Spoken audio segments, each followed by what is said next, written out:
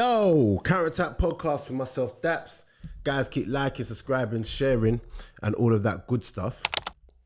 Let me just put these headphones on quickly because obviously I had Scorcher on yesterday. 1 second. I had Scorcher on yesterday, and his clarity when he speaks is ridiculous. But then we're using the same microphone, and I don't understand. Mine just doesn't come out like his, but yeah. I feel like it sounds okay. Cool. So, yes, just thought I'd do another quick update. So this is what it's going to be like moving forward, guys.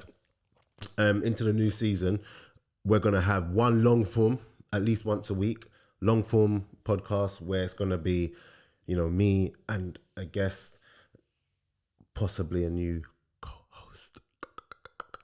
And then I'm just going to give you a bunch of short ones as well, because then you get the content that you really want. You get the long form and, real conversation as opposed to all these just quick fire podcasts. But this is going to be a quick fire podcast because I'm actually recording straight after this. So I'm recording after the England match now, and then I'm recording straight after this with a player from the MLS. So it's a late one. A couple of people have noticed how tired I look sometimes when I'm recording these late at night. Hopefully that's not the case tonight. Hopefully I'm not as, tired looking. But yeah, quick one. England. Listen, I just don't know what to say about this team anymore. I think, so it's been well documented that the Trent Alexander-Arnold experiment just didn't work for him in centre midfield. It was never going to work. Everyone knew it weren't going to work. Well, people that really know football knew it weren't going to work. But you know what? After the first game, second game, you just knew after that, yeah, it's finished. So then for me, in a game like this, I'm like, who do you put in? Obviously, it just looked like Gallagher was always going to be his man for the job. And he lined him up. He actually lined up Gallagher because... And the thing is, I don't even think he even meant to line up Gallagher. I think that... How can I put this? I think that he really did think that Gallagher's profile of player for this opposition would genuinely fit. And for me, straight away when the match started and I saw how high up Gallagher was playing and the freedom he had high up the field, I was like, why has he picked Gallagher for this, please? We talk about energy, and even Paul Scholes was like, I don't know what the obsession is with energy. Like, yeah. You want him for energy, but in terms of the quality on the ball and, having someone that can create something, playing that high up the pitch and make something happen, why is he there? Do you know what I'm saying? You could easily pick Mainu. You could easily pick even Gordon, put him out and then push Foden back in and just have him and have Foden and Bellingham up, up there wreaking havoc or whatever. And I just feel like, to be honest, Gareth has always been like this, but he got away with it because the players have been good enough and he's had the luck of the draws in previous tournaments to get away with it. Whereas now, the players ain't gelling. There's the squad ain't the best he could have picked. He's left a couple players at home who could have been the difference makers, who had the experience needed to, just make it happen by themselves. Do you get what I'm saying? And we're talking about the Grealishes, the Rashfords, the Sterlings, and even, do you know what? It's mad though, but even when I see Gallagher there, yeah, and this ain't even gonna be about Gallagher too tough, but how you pick Gallagher in there and you don't even wanna, and you prefer him over James Ward-Prowse, for what you're asking him to do, like, come on, like, give the team a chance to actually kick on and do something. And and at halftime he gets dragged, which, to be honest, should have happened, but it's not going to do his confidence any good. He gets dragged at halftime and you bring on Mainu, and I'm okay with Mainu coming on. I think though, if you're going to play him, I prefer to see Mainu in the six for England, especially against a team where England are dominating possession. You need someone that can get that ball, pass through the lines and just get things moving quickly and look to play. But again, he keeps Declan Rice in the six, which I don't know. I just don't feel. I mean, I just didn't feel like that was the right move. But it's okay as long as Mainoo's on the pitch, Declan Rice on the pitch. If anything, they could sort out between themselves and switch and whatever. Cool, that's great. But then I'm looking at players like Jude Bellingham. All right, you know what? Let me talk about Jude Bellingham. I spoke a little about him on the podcast I did with Scorcher that came out today, as in Tuesday. But what I do not like about Jude Bellingham and the criticism he's getting, bearing in mind, Jude Bellingham stand here, but I'm objective. He did not have a good game. And it's okay to say that. It's okay to say a player has not had a good game, especially when that is a 20-year-old who is going to have many of those bad games in his career. That's fine. My issue with people critiquing him is that they start throwing all these other players into the mix, saying this player's better than him, this player's better than him, this player's got more ability than him, blah, blah, blah, blah, blah. And I'm just like, why are we doing that? In fact, let me try and find the tweet. They started naming Pedri, Gavi, Musiala, who are all technically better than him. 100%. But when it all comes down to it, in terms of impact, there's way more that goes into a player being good. A lot of players just look at, the ball playing attributes of a player in regards to their overall impact. A lot of players who are better than Bellingham technically, they're not going to have the impact on a game that Bellingham has. Not today. Bellingham was awful today, 100%. But let's not do this whole thing where we now start talking about players who are probably more gifted in terms of ability than Bellingham, but can't lace his boots when it comes to impacting the game. Let's not do that. But let's not also try and paint the picture that Bellingham is this untouchable world beater, because he's not. And in games like today, you got to take him off. Don't make him feel like he's untouchable. Jude Bellingham stan, just so you know. Don't let him feel like he's untouchable, like he can't be dropped, because he should have been off. To get what I'm saying? And he didn't put in a performance today that warranted playing the full 90. I felt like today was Foden's liveliest performance of the tournament so far. I felt like he did all right. And I just know they're going to use this as a chance, as a way to say like, yeah, Foden, look what he's doing, and erase the first two games. But yeah, I don't know, man. England just need to, we say it all the time, man. England just need to be braver, man. Do you get what I'm saying? Like, someone was tweeting me during the game saying that I said Gallagher needs to come off. And then he was like, yeah, but Bellingham is better. I mean, Bellingham's playing worse than Gallagher. And I said, maybe, but in terms of what England are trying to achieve, you keep Bellingham on and hope that he just has a better second half, because he offers more in regards to attacking situation than Gallagher. And the person came back to me and went, yeah, but his defensive duties, all the work that he does defensively, like, who's going to be doing that for Gallagher?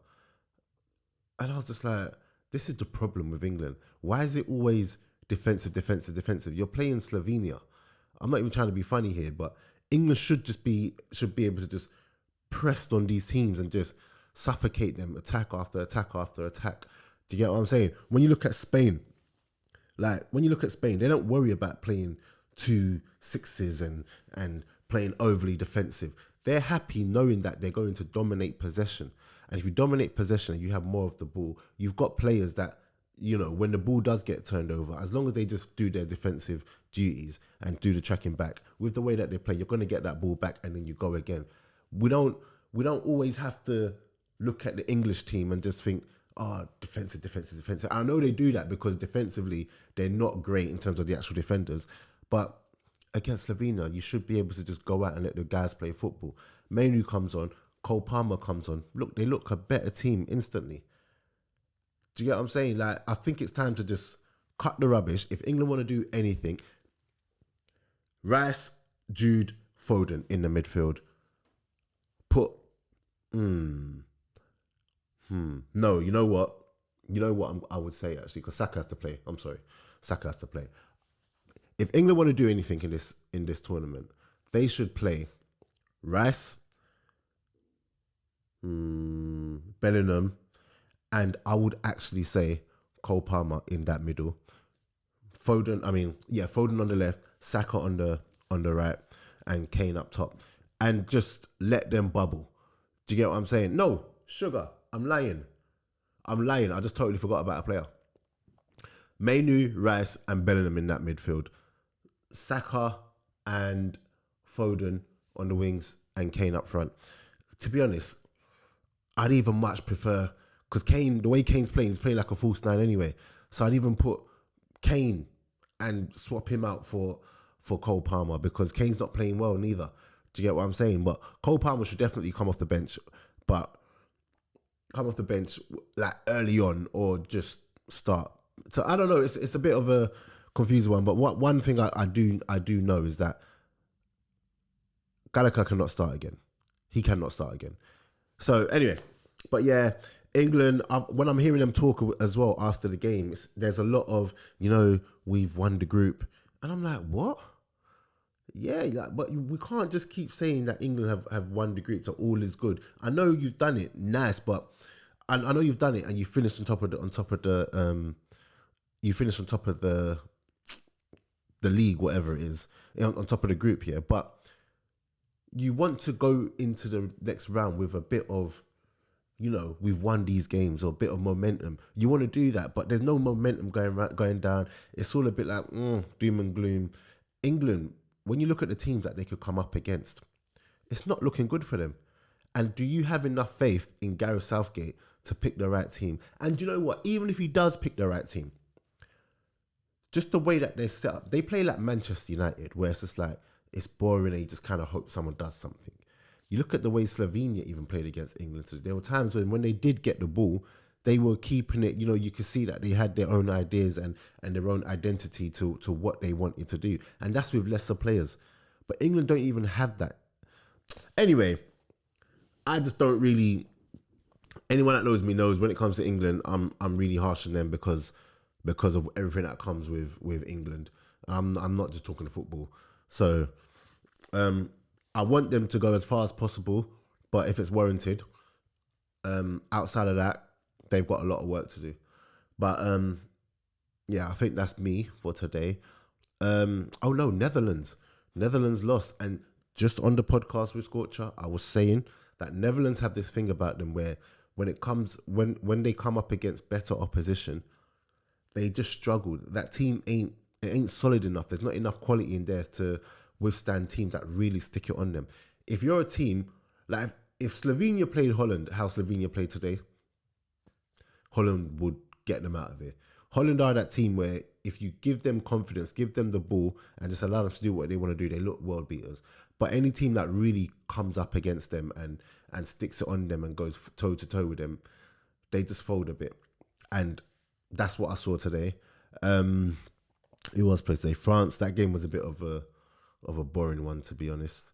Upamecano, oh my gosh, listen. This Upamecano guy, yeah, I don't know what the French manager sees in him. I've seen him enough for France. I've seen him enough for Bayern Munich. But he's proof that when a manager likes you, that's it. You're laughing because, again, he gives away a penalty, which is just a rash challenge. I've seen him enough in the Champions League and in his league to know that he's rash. I've seen him over the years to know that he's rash. And Saliba and Konate should just be the players there. The problem is none of them are number one defenders, if you know what I mean. They're all number two defenders. But Mbappe gets his goal. Lewandowski got his goal. But yeah, not really much to rant and rave about today in the Euros. And I don't know who it was that tweeted this, but they were saying the AFCON needs more respect. And it's true. When you look at how exciting the AFCON was this year, and then you look at what the Euros are throwing up, it's night and day. It's night and day. The AFCON this year was full of excitement, full of goals, full of good players showing up. The big players showed up. The refereeing was on point. The crowds were on point. Everything was just so good at the AFCON. And then you compare it to the Euros, and the Euros will always get better coverage or better PR than the AFCON. But you definitely need to put more respect on the AFCON, because when all's said and done, the AFCON probably in terms of all the tournaments going on this year, the AFCON's probably the most exciting one so far. And when you just need to put respect on it, basically. Because I'm looking at the Euros now, and the top teams in the Euros, they're not really doing much, not really moving the needle. Some of the better games have come from the lesser teams, and when you look at the AFCON, most of the matches were just exciting matches. Do you get what I'm saying? And definitely needs to put more respect on AFCON. So, but yeah, that's it from me. Let me know what you think. We're back in again tomorrow, hopefully the day after as well. So, yeah, I'm out.